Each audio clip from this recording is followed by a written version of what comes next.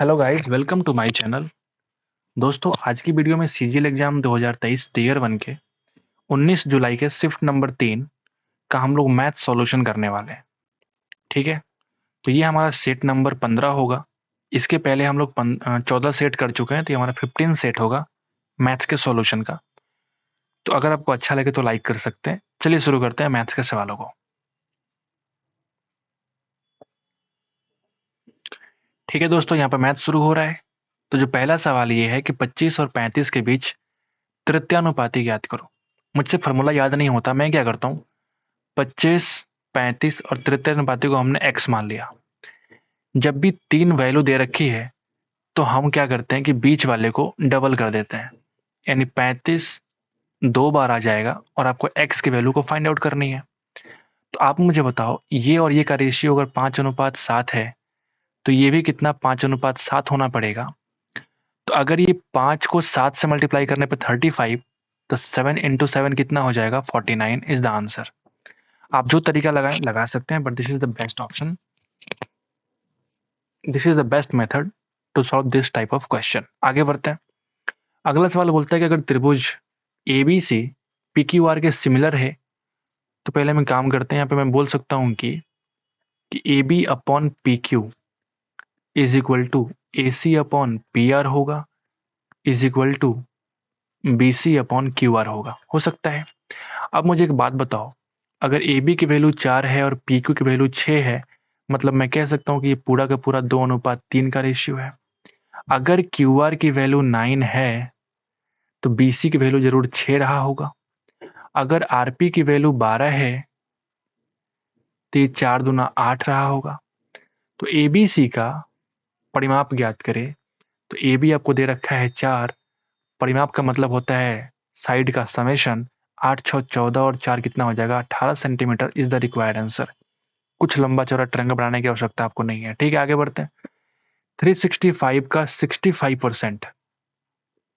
ठीक है, ओके। और ये बीच में क्या प्लस है क्या, माइनस 250 का कितना परसेंट, 120 का 40% बराबर इतना होगा, तो वाट का मान ज्ञात करें। ठीक है, कुछ नहीं करेंगे। 350 इंटू 65/100 माइनस 250 इंटू एक्स बटा 100, हमने उसको एक्स मान लिया, प्लस 120 का 40% कितना हो जाएगा, 12 गुणा 4 यानी कि 48, यानी कि 158। ठीक है, अब जरा यहाँ पे देखो, ये बन जाएगा 5, ये बन जाएगा 2, ये बन जाएगा 0 0 खत्म, ये 2 बार में और ये 7 बार में, यानी 7 छक 42, 7 पचे 35, यानी कि 420 plus 35 465। Am I right. By दो minus 5/2 into x is equal to, अगर इसको इधर भेजेंगे तो बन जाएगा 110। 2 हो जाएगा एलसीएम, यानी कि 465 minus 5x is equal to 220, यानी 5x की वैल्यू आ चुकी है कितनी, माइनस कर दो, यानी कि 225। 225 होगा। 65 में से अगर 20 कम किया, सॉरी 45, मुझसे मिस्टेक हो गई, 245। या फिर से मिस्टेक कर रहा हूँ क्या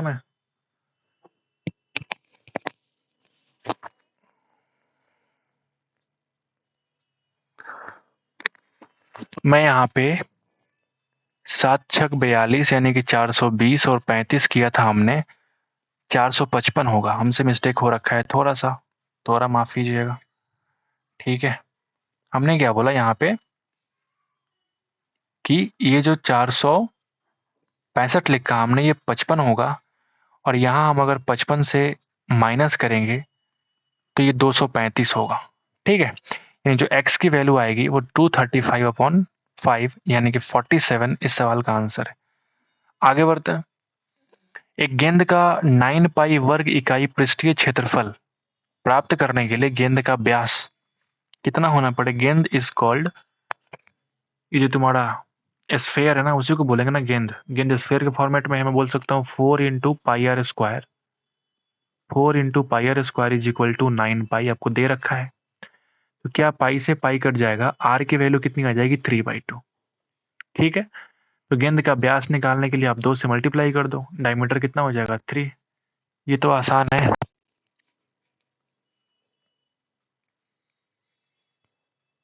पृष्ठीय क्षेत्रफल प्राप्त करने के लिए गेंद का व्यास कितना होना चाहिए? तो रेडियस ना 3.2 है, 3/2 है। आप देख सकते हो रेडियस कितना आ रहा है, 9/2 यानी कि 9/4 यानी कि अंडर रूट कितना हो जाएगा, 3/2। तो ये रेडियस है ना कि व्यास। ये व्यास थोड़ी है, 2 से मल्टीप्लाई करेंगे तब तो व्यास आएगा, तब तो 3 आना चाहिए। फिर तो कुछ गड़बड़ी है। आप देख लो, आसान सवाल है। आगे बढ़ते हैं। एक व्यक्ति एक वृत्ताकार ट्रैक पर विपरीत दिशाओं में चल रहा है। 20 मीटर 30 मीटर की चाल से दौड़ना शुरू करते हैं। यदि ठीक है, ये हमारा तुम्हारा सर्कल है, यहाँ चलना शुरू करते हैं विपरीत दिशाओं में, एक 20 मीटर पर सेकेंड और एक 30 मीटर पर सेकेंड। ठीक है,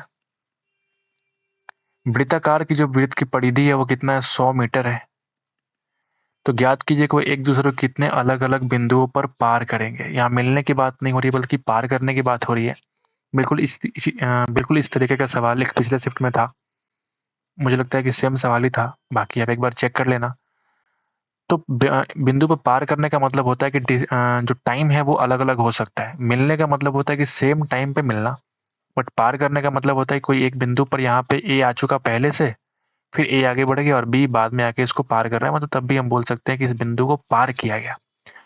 तो अगर इसकी स्पीड 20 मीटर पर सेकंड है और 100 मीटर चलना है, तो ये 20 से यहाँ आएगा, फिर 20 में यहाँ आएगा, फिर 20 यहाँ में, फिर यहाँ पे, फिर यहाँ पे 5 बार जाएगा। और इन सारे पॉइंट से ये 30 वाला भी पार करेगा। मैं बोल सकता हूँ कि ये 5 पॉइंट पर जाकर के मिलेंगे। आगे बढ़ते हैं।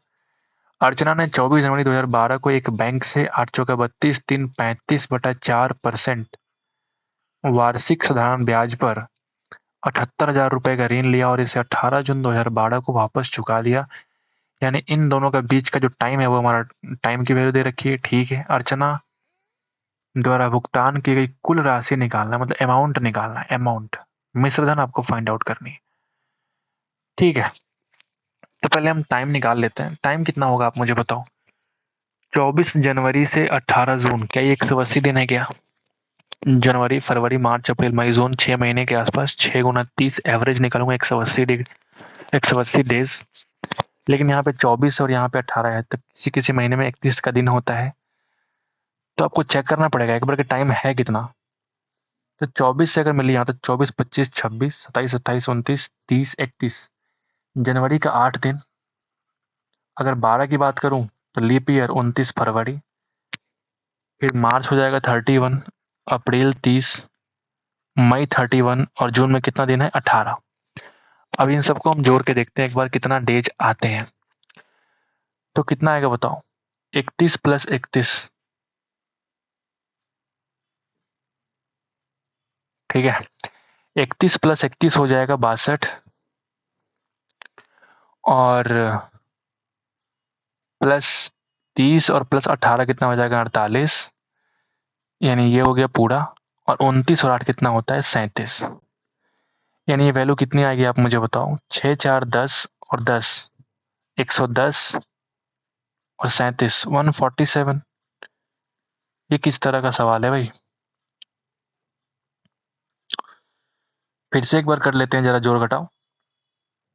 जनवरी में शुरू किया, जून में खत्म किया, तो 8 दिन जनवरी का, 29 दिन इसमें, यानी कि 37 हो गया। ठीक है, 31 प्लस 31 62 हो गया, और 30 प्लस 18 कितना हो जाएगा, 48। M I right? 6 4 10 110, 147 डेज। यानी अगर हम इसमें टाइम को अगर वर्ड्स में चेंज करेंगे तो 147/366, क्योंकि यहाँ 2012 की बात कर रहा है तो ऑफकोर्स ये लीप ईयर होगा। इतना ईयर, क्या ये कटेगा क्या? 49 से कट जाएगा ये 3 बार में, यानी 7 से कट जाएगा। ठीक है, आगे देखते हैं जरा। तो भुगतान किया गया राशि निकालना है, पहले आपको ऐसा ही निकाल लो।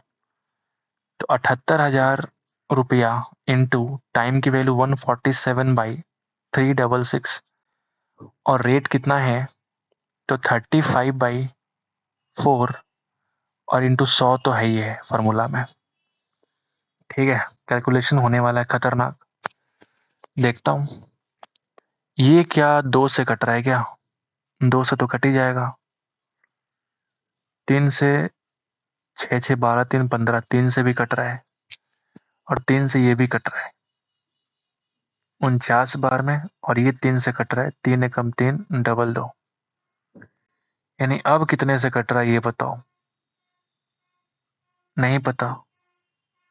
निकटतम पूर्णांक का मतलब ये हुआ कि आपको ये ऑप्शन डेसिमल में आने वाला है। कोई बात नहीं, देखते हैं जरा, करते हैं, क्या फर्क पड़ता है। अगर ये 50 होता मान लो, और ये 125 होता, तो मैं कहता कि ये 2.5 गुना है। लेकिन अभी भी हम मान सकते हैं कि ये इसका 2.5 गुना है, ये 1 कम है, ये लगभग 3 कम, मतलब ये इसका 2.5 गुना मैं कह सकता हूँ। यानी अगर ये 25 दूना 50 मान लूँ, तो 25 पचे 125 ऑलमोस्ट वैल्यू मैं निकाल रहा हूँ, ताकि थोड़ा गुणा भाग नहीं करना पड़े। ये 5 चौका 20, या फिर 5 सत्ते 35 काट लो इसको, ठीक है।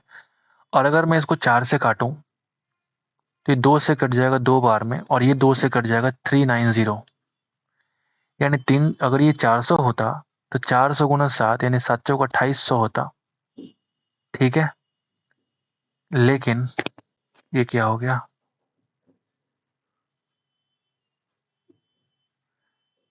ये क्या हो गया भाई, ठीक है।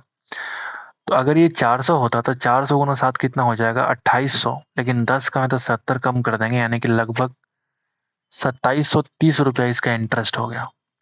2730 रुपये के आसपास क्या हो गया, इंटरेस्ट हो गया। तो अमाउंट क्या हो जाएगा, 78,000 प्लस 2730, यानी 80,730 के आसपास। इसके आसपास जो आंसर होगा वो हम लगा देंगे। 80,723 दे रखा है हमने। ऐसा क्यों आंसर में डिफरेंस आ रहा है 7 डिजिट का, क्योंकि हमने यहाँ पे क्या लिया था, अप्रोक्सीमेट वैल्यू से काट कुट किया था। अगर हम सिंपल तरीके से गुणा भाग करें तो बहुत लंबा कैलकुलेशन होगा, और फिर आपने देखा ऑप्शन में बड़ा डिफरेंस है, तो फटाफट इस तरीके से मार के हम निकल सकते हैं। आगे बढ़ते हैं, बढ़िया सवाल था ये। जरा 1 मिनट रुक जाओ, लैपटॉप को चार्ज में लगा दूं।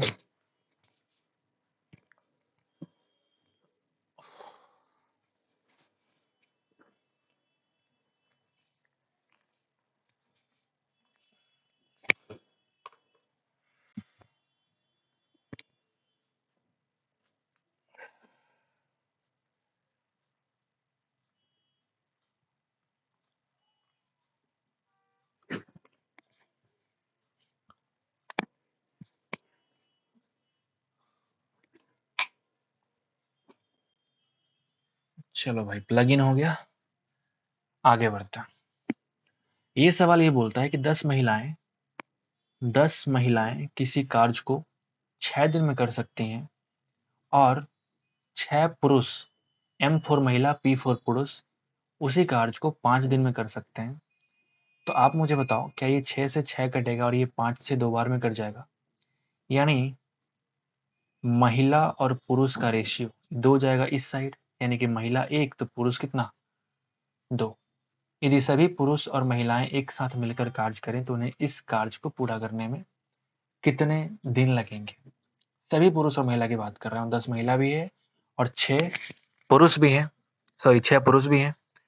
तो आप एक काम करो, इक्वेट कर दो आप, 10 गुणा महिला यानी कि 10 इंटू 6 इज इक्वल टू 10 महिला 6 पुरुष, तो 12 और 10 कितना हो जाएगा, 22 इंटू नंबर ऑफ टाइम। तो आप जरा निकालो, तो ये हो जाएगा 3, ये हो जाएगा 11, यानी कि 30/11 इज इक्वल टू टाइम। यानी टाइम कितना होने वाला है, 2 इंटीजर 8/11, ये तुम्हारा डेज, ठीक है। 2 इंटीजर 8/11 डेज। आगे बढ़ते हैं। अगला सवाल क्या बोलता है कि माँ ने अपनी पुत्री से कहा कि 7 साल पहले मेरी आयु तुम्हारी तब की आयु की 7 गुना थी। अगर हम एक काम करते हैं, लेट लेट कर लेते हैं, जो डॉटर है वो अगर एक्स है, और मदर को मान लेते हैं कि वाई है, ठीक है। तो अकॉर्डिंग टू क्वेश्चन 7 साल पहले की बात हो रही है, 7 years एगो। क्या कह रहा है कि मेरी आयु, तो 7 साल पहले y-7 रहा होगा, तब की तुम्हारी आयु की 7 गुना है, तो तब की तुम्हारी आयु x-7 रही होगी, उसका तुमने 7 गुना कर दिया। एम आई क्लियर, ये फर्स्ट इक्वेशन हो जाएगा तुम्हारा। और अब से 3 वर्ष बाद, यानी वर्तमान से 3 वर्ष बाद, 3 years प्लस, तो अब जो होगी तुम्हारी तब की आयु की 3 गुनी हो जाएगी, यानी y plus 3 is equal to X plus 3 का 3 गुना। ये क्लियर है कि नहीं है? बिल्कुल क्लियर होना चाहिए। ये बिल्कुल फंडामेंटल तरीका है। आप इसको रेशियो से भी कर सकते हैं, वो भी हम करके दिखाएंगे। तो माँ और पुत्री की आयु क्रमशः वर्तमान आयु फाइंड आउट करनी है, एक्स और वाई निकालना है। दो इक्वेशन और दो वेरिएबल फटाफट आप निकाल सकते हैं। आपने क्या देखा? आपने सिर्फ ये देखा कि ये यहाँ पे 7x, यहाँ पे 3x, लेकिन ये तो y y है, तो फिर काम कर दे, माइनस कर दीजिए। माइनस वाला प्लस, प्लस वाला माइनस। क्लियर है? तो अब देखो आप, ये y से y खत्म हो जाएगा। -7 + 3 यानी कि -4। -7 + 3 यानी कि -4। ये बन जाएगा 7x - 3x यानी कि 4x। ये -49 और -9 यानी कि -58। यानी 4x की वैल्यू है कितनी? 54। गया? मैंने कुछ मिस्टेक करा है क्या? आप बताओ। 7x में से अगर हमने 3x कम किया तो 4x बन जाएगा। -49 और 3 -9 यानी कि -58। अगर इधर आएगा तो बन जाएगा 54। यानी कि x की वैल्यू आ जाएगी कितनी? x की वैल्यू कितनी आ जाएगी? 27/2। ऐसा तो नहीं होना चाहिए।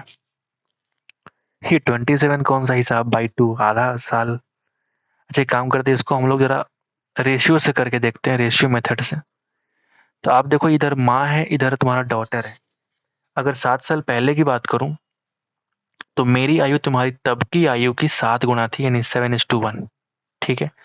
अगर आज से 3 साल बाद की बात करूं, 3 वर्ष बाद मेरी आयु तुम्हारी तब की आयु की 3 गुनी हो जाएगी, मतलब 3:1। आप यहाँ पे डिफरेंस देखो कितने का, 6 का डिफरेंस, यहाँ 2 का डिफरेंस, मतलब हमको डिफरेंस को बराबर करना पड़ेगा। 3 से मल्टीप्लाई किया तो 9:3।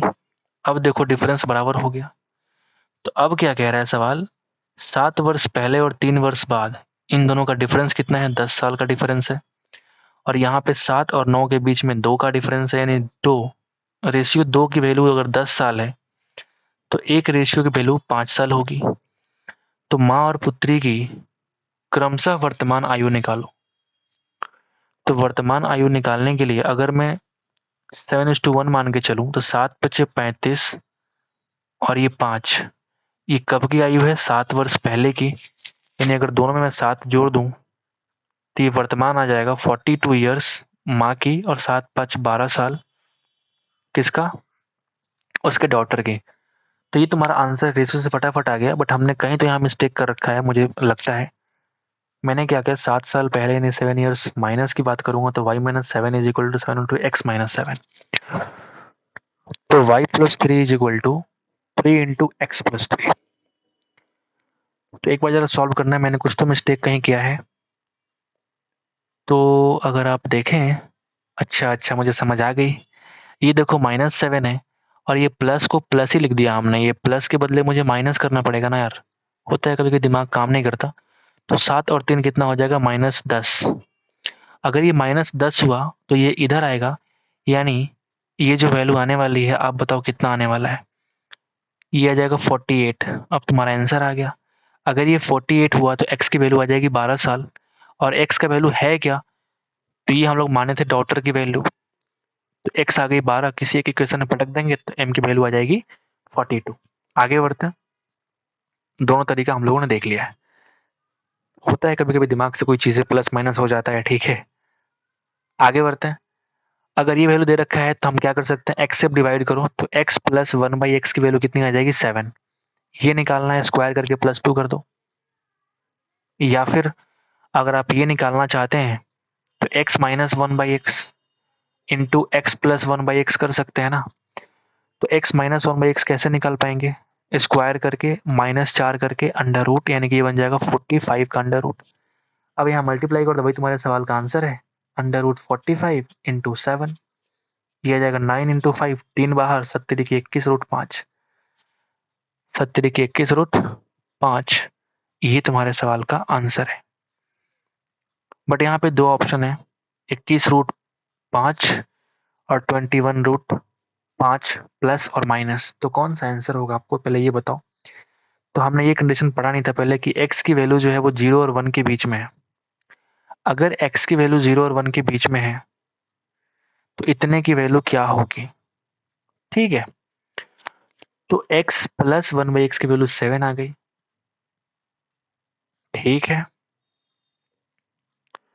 अगर ऐसा हुआ x की वैल्यू 0 से बड़ा 1 से छोटा, तब भी ये पॉजिटिव वैल्यू ही तो है, तब भी ये पॉजिटिव वैल्यू ही तो है।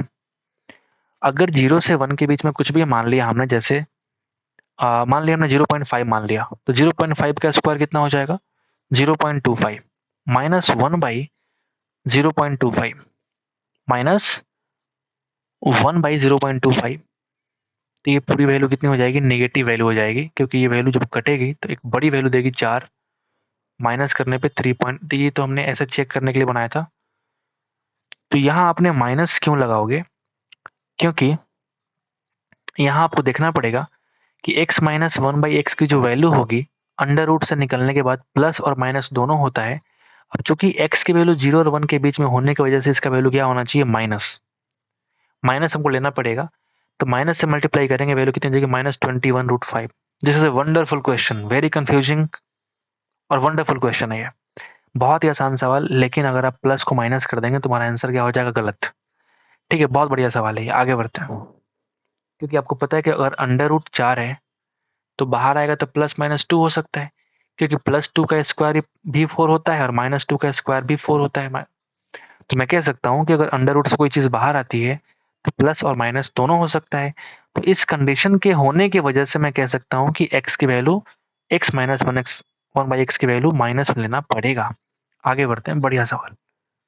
ठीक है, आर एस को कुछ धनराशि उधार देता है, एस आर को 17,000 रुपये अधिक वापस करता है। मतलब कुछ उधार दिया, 17,000 एक्स्ट्रा देने का मतलब ये ब्याज दिया होगा, मैं मान लेता हूँ। एस टी को उतनी ही धनराशि उधार देता है जिस पर टी एस को 8.5% अधिक भुगतान करता है। इस द्वारा उधार ली गई धनराशि न्यूनतम ज्ञात करें जिससे कि उस लेन देन में कोई हानि ना हो। अच्छा, आप मुझे एक बात बताओ, कोई हानि ना हो तो न्यूनतम धनराशि का मतलब ये हुआ कि ना कोई हानि हो और ना कोई लाभ हो।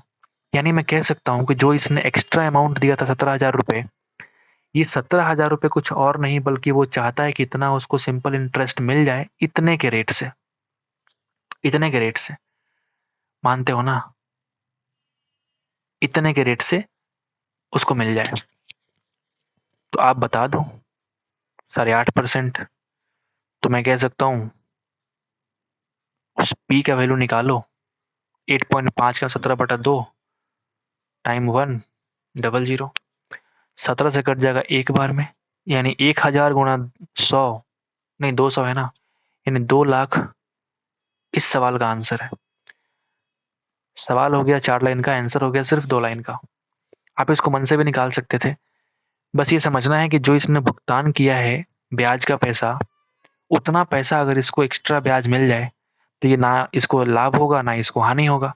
और न्यूनतम राशि होने का मतलब यही है कि उसको लाभ भी नहीं चाहिए और यहाँ पे लिखा हुआ है कि हानि भी नहीं चाहिए। बहुत बढ़िया सवाल, ट्रिकी सवाल। आगे बढ़ते हैं। एक न्यून कोण के लिए, थीटा के लिए इतना वैल्यू दे रखा है तो इसकी वैल्यू क्या हो जाएगी?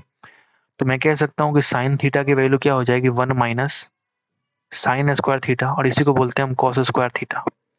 इसके बदले हम ये लिख सकते हैं, यानी ये हो जाएगा हमारा साइन थीटा और ये हो जाएगा साइन स्क्वायर थीटा। ठीक है, अब आप देखो, जो सवाल पूछ रहा है वही आपसे पूछ रहा है, जो सवाल में दिया है वही आपसे पूछ रहा है। 1 इज द रिक्वायर्ड आंसर। आगे बढ़ते हैं। दो संख्याओं का योग दे रखा है 98, दोनों संख्याओं का अंतर दे रखा है 28। दोनों संख्याओं में से एक संख्या ज्ञात कीजिए। ठीक है ना, कोई एक संख्या निकालो, डिफरेंस करके आधा कर दो। 70/2 का मतलब कितना हो जाएगा? दोनों में से एक संख्या ज्ञात करें, तो x की वैल्यू जोड़ के हाफ आएगी और y की वैल्यू घटा के हाफ आएगी, तो y आ गया 35 और x कितना आ जाएगा बताओ? जोड़ के हाफ कर दो, 9 2 11 और 16 126/2 यानी कि 6 और 3। तो कोई एक आप आंसर चेक कर लो, 35 दिया हुआ है आंसर में, तो आप निकाल लो इसको। आसान सवाल है। आगे बढ़ते हैं। हाँ, अगला सवाल क्या कहता है ये बताओ कि केंद्र शासित प्रदेश में मोबाइल सिम कार्ड के बार आरेख में दी गई है, तो आरेख का अध्ययन कर प्रश्न का उत्तर दें। ठीक है। हाँ, दिल्ली में बीएसएनएल, पहला है जियो, दूसरा है बीएसएनएल और तीसरा है एयरटेल। ठीक है। तो दिल्ली में बीएसएनएल सिम कार्ड और एयरटेल सिम कार्ड की बिक्री का अनुपात, तो दिल्ली की बात कर रहा है सिर्फ, तो जियो को हम छोड़ देते हैं। और ये बीएसएनएल कितना है, तो इधर देखो, आप इधर आ जाओ, 10, 10, और ये कितना है, 20। किस तरह का सवाल पूछते हैं यार, हमको समझ में नहीं आता सीजीएल में। 1:2 इज द आंसर। क्यों इतना तुम टाइम वेस्ट करते हो पाई चार्ट बना बना के, जब तुमको ऐसे घटिया सवाल पूछने होते हैं। तो आगे बढ़ते हैं। पिता, माता और पुत्री का वेतन का अनुपात कितना है? फादर, मदर और डॉटर, 2:3:5। ठीक है। एज का अनुपात, इसमें अगर 15%, 10% और 20% की वृद्धि होती है तो उनके वेतन का अनुपात फिर से निकाल लीजिए आप। परसेंटेज निकालने के लिए हम हमेशा क्या करते हैं, एक जीरो एक्स्ट्रा बिठाते हैं, क्योंकि निकालने में थोड़ा आसानी होगा। ठीक है। अगर इसका 15% बढ़ाऊंगा तो 2 + 1 3, यानी कि अब बन जाएगा 23। 30 + 3 यानी कि 33, और 50 का 20% यानी कि 60। This is the new ratio of माता, पिता और पुत्री, जो भी है। एबीसी और ट्रायंगल डीईएफ में क्या कहता है, अगर ये तरीके का दे रखा है, यानी कि एबी अगर डीई के बराबर रेशियो में है और बीसी अगर एफडी के बराबर, ये देखो आप एफडी,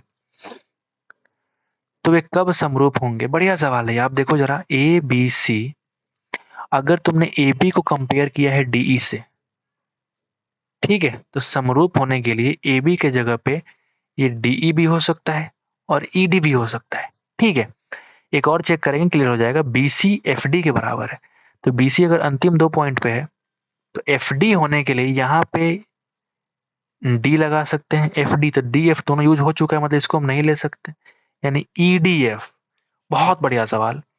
यानी मैं कह सकता हूं कि ट्रायंगल एबीसी ट्रायंगल ईडीएफ के सिमिलर होगा। उस कंडीशन आप चेक कर लो कि एंगल ए एंगल ई के बराबर, एंगल बी एंगल डी के बराबर। तो एंगल बी एंगल डी के बराबर, तो this is the required answer. ये समरूप तभी पॉसिबल है जब एंगल बी एंगल डी के बराबर होगा।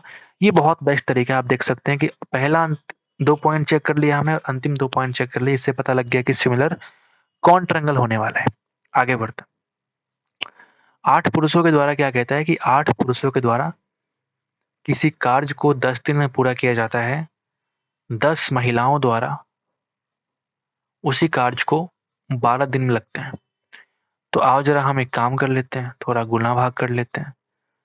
तो आप देखोगे 10 से 10 खत्म, ये कट जाएगा 2 से और ये कट जाएगा 3 से, यानी एम और एफ का जो रेशियो है वो 3:2 आ चुका है। ठीक है। यदि उस कार्य को करने के लिए 4 पुरुषों और 4 महिलाओं को लगाया जाए तो कार्य कब पूरा होगा? एम की वैल्यू एफिशिएंसी कितनी है? 3, यानी कि 8 3 24 × 10 इज इक्वल टू 4 और 4 पुरुष, तो 4 कॉमन, 3 + 2 यानी कि 5 एफिशिएंसी। टाइम निकाल लो आप। नहीं कटेगा क्या? बिल्कुल कटेगा। आप बताओ। ये कट जाएगा 5 से 2 बार में, और ये 4 से 6 बार में। टी की वैल्यू आ गई 6 दूना 12 दिन। इस तरह का सवाल सीजीएल डिजर्व नहीं करता यार, मजाक बना के रख दिया एग्जामिनर ने। बाह्य रूप से एक दूसरे को स्पर्श करने वाले दो वृत्तों पर खींची जा सकने वाली उभयनिष्ठ स्पर्श रेखाओं, ये तो लोग याद करके रखते हैं यार। जब दो सर्कल अगर टच करेंगे तो एक स्पर्श रेखा ये वाला जो कॉमन होगा, एक स्पर्श रेखा ये वाला, और एक जो ये बीच से पास करेंगे, ये टोटल कितने हो जाएंगे? 3। ये सब लोग तो याद करके रखते हैं, इस तरह के सवाल सीजीएल डिजर्व नहीं करता। 11 से डिविजिबल कौन है? तो ये आप खुद से डिवाइड करके चेक कर सकते हो कौन सा डिविजिबल है। फॉर्मूला लगाओगे बहुत टाइम लग जाएगा। अगर आप डिजिट का ये जो और डिजिट सम और इवन डिजिट सम करके आप माइनस करोगे ना, उतने देर में आप 4-5 एक्स्ट्रा कर लोगे। तो डिजिट चेक करने से बढ़िया है कि आप 11 से डिवाइड करके चेक कर लो कि चेक कट रहा है कि नहीं कट रहा है। ठीक है, नंबर कट रहा है कि नहीं कट रहा है। आगे बढ़ते हैं। फिर आपने बोला कि सुषा ने 6 मिनट में 12 पेज टाइप कर सकती है। 6 मिनट में 12 पेज टाइप कर सकती है। किसका है कहानी ये? सुषा का। फिर मैरी जो है ना, वो 12 मिनट में 6 पेज टाइप कर सकती है। आपको पता है पहले से हम लोग क्या करते हैं, M1D1H1 by W1 is equal to M2D2H2 by W2, right. Work को नीचे लिखते हैं, एक साथ काम करते हुए 32 मिनट में कितने पेज टाइप कर पाएंगी। तो पहले हम निकाल लेते हैं जरा इन दोनों का रेशियो। तो आप बताओ, 6 दूना 12, 2 तिया 6, 3 चौका 12, यानी सूसा और मैरी का जो इफिशियंसी है वो 4:1 है। अगर यहाँ पे मैं इक्वेट कर दूं तो 4 × 6/12, वो दोनों एक साथ काम करेंगे तो 4 + 1 5 इफिशियंसी हो गई। तो आपसे पूछा 32 मिनट में कितना पेज टाइप करेंगे, कर दो मल्टीप्लाई, कर दो मल्टीप्लाई, ठीक है ना। तो आप बताओ, 6 × 4 = 24 और 8 × 4 = 32, तो 8 × 3 = 24, 8 × 4 = 32, 3 × 4 = 12, यानी जो x की वैल्यू आने वाली है कितनी आ जाएगी, 5 × 4 = 20 और 4 = 80।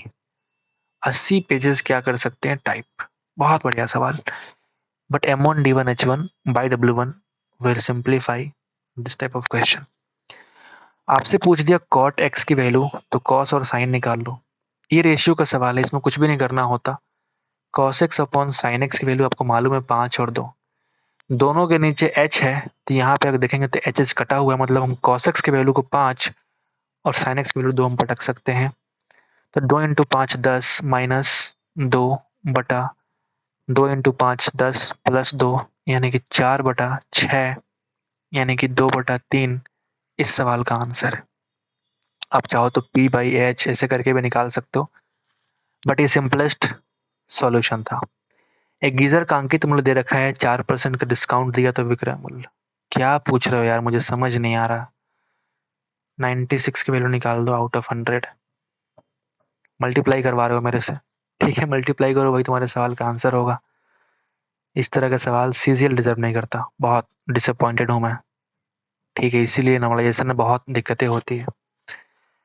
बी 150 में 8 रुपए प्रति पेन के मूल्य से 10 पेन खरीद लिया।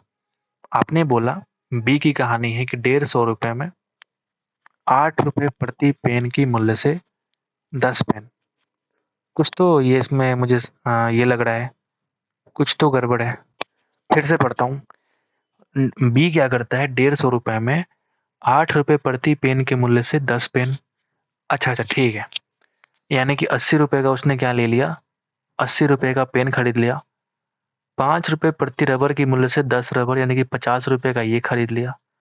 और 4 रुपए प्रति कटर के मूल्य से कुछ कटर खरीदा, यानी 4 × X। इन सब का मिलाकर के 150 रुपया है। X की वैल्यू कितनी आएगी,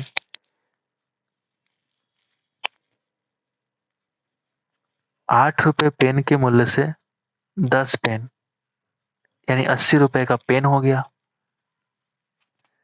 ठीक है। 5 रुपए रबर के मूल्य से 10 रबर, यानी कि 50 रुपए का रबर हो गया। 4 रुपए प्रति कटर है, 4 रुपए प्रति कटर है, तो 4 रुपए, मान लिया हमने कटर की संख्या अगर x है, तो ये 130 इधर जाएगा तो 20 बनेगा, यानी x की वैल्यू आ गई 5। 5 कटर खरीदा, 5 कटर खरीद लिया। अब सवाल क्या पूछता है कि प्रत्येक वस्तु का औसत मूल्य निकालें। अच्छा जी, प्रत्येक वस्तु का औसत मूल्य कैसे निकालेंगे, टोटल मूल्य बटा नंबर ऑफ वस्तु। नंबर ऑफ वस्तु है कितना, तो 8 पेन, 10 रबर 18 और 5 कितना हो जाएगा,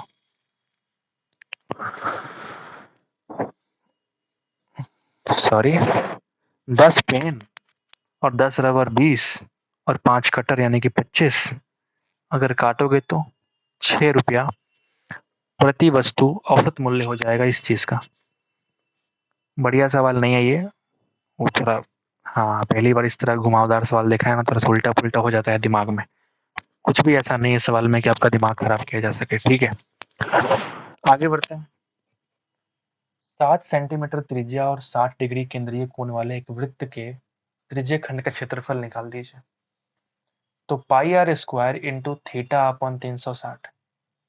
जब भी रेडियस 7 होता है तो उसका πr² की वैल्यू 154 होता है, और 60 अगर रखेंगे तो काट के तुम्हारा ये मिलेगा, यानी 77 कट जाएगा 2 बार में और ये कट जाएगा 3 बार में। 77/3 सेंटीमीटर स्क्वायर इस सवाल का आंसर है। आप चाहो तो फॉर्मूला से निकालते रहो। आगे बढ़ते हैं। धारा की एक दिशा में नाव की चाल स्थिर जल में नाव की चाल की 125% है। धारा की दिशा का मतलब x प्लस वाई, ये नाव की चाल का 125%। आप मुझे बताओ दोनों का सम अगर मैं 5x मान लूं तो क्यों नहीं नाव का चाल 4x होगा। और जब नाव का चाल 4x हो गया तो ऑफ कोर्स y की वैल्यू x के बराबर है। या फिर x आपको कंफ्यूजन सा लग रहा है तो मैं यहाँ पे थोड़ा ये कर देता हूँ। आप जरा देखो, मैं लिख देता हूँ कि अगर नाव की स्पीड 4x है